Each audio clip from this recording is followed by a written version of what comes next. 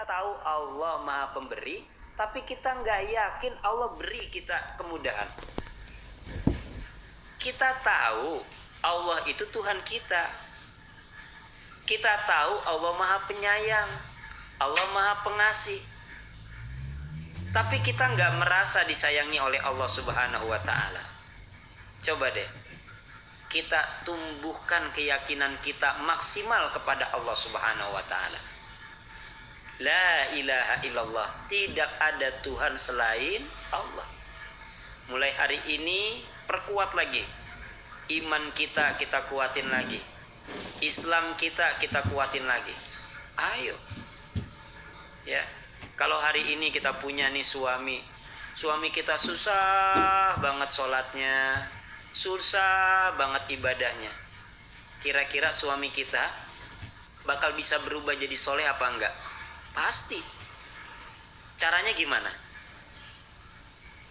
Pagi-pagi nih kita bangunin suami, mas bangun, sholat subuh. Yang terjadi apa? Subuh mas, subuh. 15 tahun nikah, suaminya jarang sholat subuh. Sekalinya sholat subuh jam berapa? 5:30. Jam 6. Ya Rob. Bahkan ada dia punya suami gak pernah sholat sama sekali. Masih mending yang sholatnya seminggu sekali sholat Jumat. Masih mending yang sholatnya setahun 2 kali sholat Idul Fitri, Idul Adha. Ada juga yang gak sama sekali sholat. Ya Rob. Subuh kesiangan, zuhur kerepotan, asar di perjalanan, maghrib kecapean, isya ketiduran. Ya Rob. Coba kapan sholatnya? Kapan sholatnya? Coba deh lihat orang-orang yang punya masalah. Orang-orang yang lagi punya masalah. Masalah utamanya itu bukan masalahnya. Dia punya masalah sama istrinya. Dia punya masalah sama suaminya. Dia punya masalah sama anak-anaknya.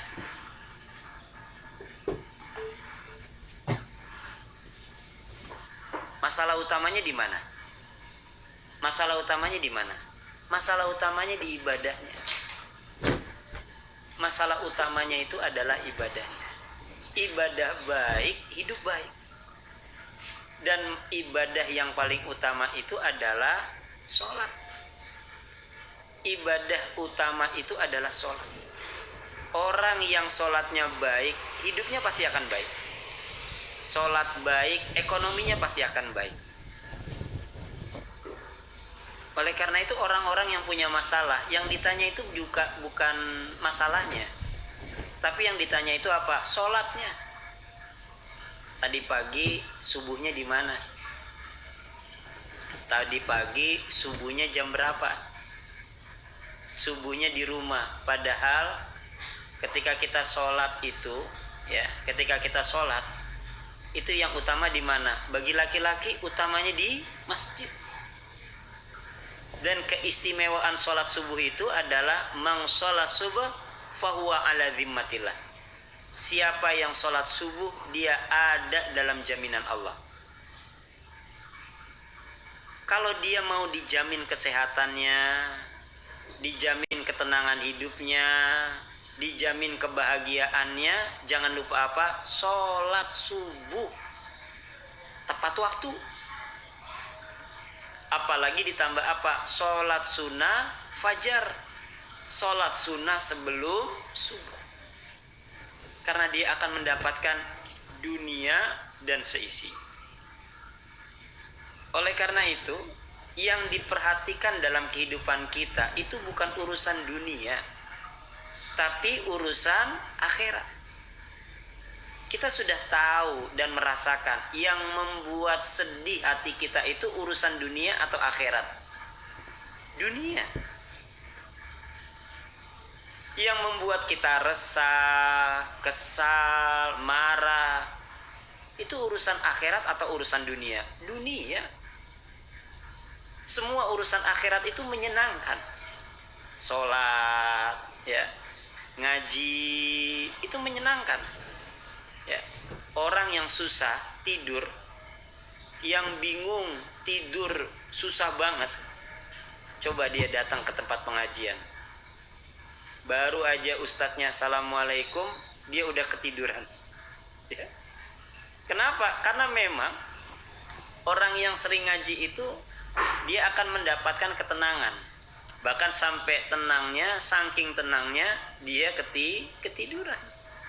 Ya Rabb. Ma'asyiral muslimin, jamaah yang dimuliakan oleh Allah Subhanahu wa taala. Ayolah kita perbaiki sholat kita. Kita perbaiki bacaan Quran kita. Jangan jauh-jauh lagi kita sama Allah. Minimal apa? Perbaikilah sholat kita. Subuhnya diperbaiki, zuhurnya diperbaiki. Kita mau memperbaiki hidup kita, tapi kita nggak memperbaiki sholat kita. Kepriwe? Gimana coba? Ya, gimana coba? Pak Ustadz, sholat fajar itu sama sholat qobliyah subuh apa enggak? Iya, sama. Kalau kita di Arab itu nggak ada sholat subuh. Ya, kalau kita datang ke Masjidil Haram itu ada apa namanya, tulisan sholat zuhur, asar, maghrib, isya, tapi pas sholat subuh tulisannya apa? Fajar. Maka sholat sunnah fajar itu adalah sholat sunnah sebelum subuh, atau dinamakan qobliyah subuh. Dikerjakannya kapan? Dikerjakannya ketika kita sudah mendengar azan subuh. Jadi sholat sunnah fajar itu dikerjakan ketika sudah masuk waktu subuh dan belum mengerjakan sholat subuh. Itu dikerjakannya seperti itu, ya. Dan ini menjadi sholat yang tidak pernah ditinggalkan oleh Rasulullah SAW. Oleh karena itu Rasul mendapatkan dunia dan seisinya. Coba deh lihat di rumah kita, di ruang tamu. Isi ruang tamu ada apa aja? Ada lampu, ada apa lagi? Ada meja, kursi. Itu ada nilainya apa enggak? Iya, ada nilainya. Kalau kita dapat semuanya, berharga enggak bagi kita? Berharga. Dan Allah akan memberikan dunia dan seisinya. Coba. Isinya dunia apa? Ya bisa rumah, ya kan? Bisa mobil. Apa yang kita inginkan Allah akan beri. Syaratnya apa? Sholat sunnah fajar. Sholat sunnah sebelum subuh. Bismillah. Niatin dari sekarang, ya. Niatin dari sekarang. Niat sholat, saya suka bingung. Niat sholat fajar apa qobliyah subuh? Niat sholat sunnah fajar, ya. Nawaitu sunnatal fajri rakaataini lillahi ta'ala, gitu ya. Sholat sunnah fajar. Bismillah ya. Mulai hari ini kita perbaiki ibadah kita. Yang lagi punya masalah apa lagi? Perbaiki sholatnya. Perbaiki lagi bacaan Qur'annya, ya. Yang lagi punya masalah, apapun masalahnya, utang, ya, bismillah. Ya. Dia punya utang berapa? Bismillah. Jangan cari gimana caranya bayar utang. Yang dicari itu apa? Yang dicari itu Allah yang bisa melunasi utang kita. Kok bisa? Nanti Allah kasih petunjuk. Petunjuknya kapan? Kita dapat setelah kita sholat. Kamu ke kanan, kamu ke kiri, lurus terus, ya, itu. Setelah sholat fajar, apakah lanjut qobliyah subuh? Enggak perlu, karena itu adalah sholat yang sama, ya, cuma bahasanya saja berbeda. Jadi sholat sunnah fajar sudah, tanpa qobliyah subuh. Seperti itu, ya. Alhamdulillah saya sudah melaksanakan, tapi ada pendapat sebelum azan subuh saya jadi bingung. Sholat sunnah fajar itu dikerjakan setelah masuk waktu subuh. Fajar itu sama dengan subuh. Kalau di Indonesia namanya sholat subuh, tapi kalau di Arab itu dinamakan sholat fajar, ya. Jadi nggak usah bingung, ya, nggak usah bingung. Jadi sholat subuh itu sama dengan sholat fajar. Kalau sholat sunnah fajar berarti bukan sholat subuh, namanya sunnah. Ya, sunnah itu dikerjakan dapat pahala, ditinggalkan tidak apa-apa. Sholat fajar itu sholat subuh. Ya, sholat fajar itu sholat subuh. Seperti itu. Oke?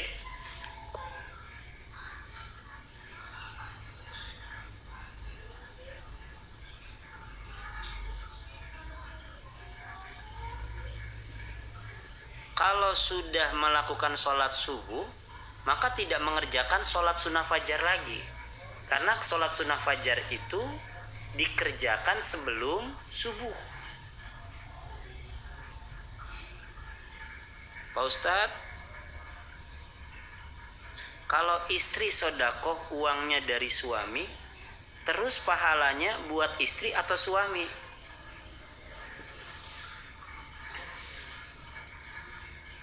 Istri sedekah uangnya dari suami, suami ngasih uang ke istri, itu namanya apa? Nafaqoh, ya, nafaqoh.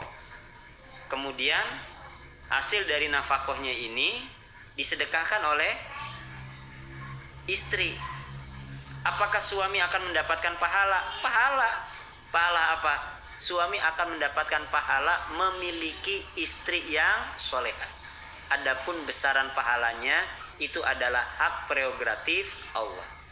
Maka bersyukur kalau punya istri yang rajin sedekah, ya. Bersyukur istri yang rajin ibadah. Insya Allah ini menjadi asbab keluarga yang sakinah. Kalau sholat isyraq atau sholat suruh itu kapan dilakukan? Itu setelah sholat subuh. Jarak rentan waktunya yaitu kurang lebih 1 jam, ya, dari sholat subuh. Misalkan sholat subuhnya jam setengah 5, maka sholat sunnah isyraqnya itu bisa dikerjakan jam setengah 6, ya, jam setengah 6. Ditambah lagi, ya, bisa ditambah 10 menit melihat keadaan, ya. Dan siapa yang melakukan sholat sunnah isyraq, maka baginya lah pahala haji dan umroh yang sempurna. Masya Allah, haji yang sempurna itu pahalanya adalah surga. Umroh yang sempurna pahalanya itu apa? Al umratu ilal umrati kafaratun lima bainahuma. Maka Allah akan mengampuni segala dosa dan kesalahan. Kalau kita istiqomah nih mengerjakan sholat sunnah isyraq, Masya Allah, ya, istiqomah, ya. Semoga kita bisa istiqomah. Bagaimana cara memperbaiki sholat, Pak Ustadz? Pertama, niat dan kerjakan. Niat, kerjakan, istiqomah. Terus saja. Nanti Allah akan kasih petunjuknya untuk kita menjadi pribadi yang baik. Maaf Pak Ustadz, tanya, bolehkah kalau kita sholat subuh langsung sholat duha? Tidak boleh, karena waktu duha itu ada waktunya. Jadi ada jedanya kurang lebih 1,5 jam dari sholat subuh baru kita masuk di waktu duha. Ya, kalau di rumah sholat sunnah fajar kalau nunggu azan selesai, atau ketika mendengar azan langsung sholat. ketika kita mendengar azan, lebih baik kita itu menjawab azan sampai selesai, dan disunahkan kita berdoa setelah mendengarkan azan, ya. Baru setelah itu kita mengerjakan sholat sunnah yang disunahkan oleh Rasulullah Shallallahu Alaihi Wasallam. Mungkin ini saja, saya belum bisa baca satu persatu, ya. Nanti kita sambung lagi di pertemuan ba'da subuh, karena qadarullah hari ini di Banjarnegara sudah masuk waktunya sholat isya. Segera ambil wudhu, yang laki-laki berangkat ke masjid, yang perempuan gelar sejadah, sholat. Perbaiki sholat kita, hidup kita akan baik. Siapa yang ingin baik hidupnya, maka perbaiki sholatnya. Semoga hidup kita menjadi baik, semoga kita menjadi pribadi yang baik, sampai akhirnya Allah yang maha baik mengambil kita dalam keadaan yang baik, yaitu husnul khatimah. Barakallahu fikum. Semoga antum semua yang mendengarkan hari ini dijadikan Allah menjadi pribadi yang baik, pribadi yang soleh, yang soleha, dan mudah-mudahan keluarga antum semuanya dijadikan keluarga yang sakinah, mawaddah, warahmah, anak-anaknya soleh soleha, dan kita bisa berkumpul kembali di surganya Allah Subhanahu wa Ta'ala. Amin ya mujibas sa'ilin. Sampai jumpa lagi di lain kesempatan. Usikum wa nafsi bitaqwallah. Billahi fisabilil haq. Wassalamualaikum warahmatullahi wabarakatuh.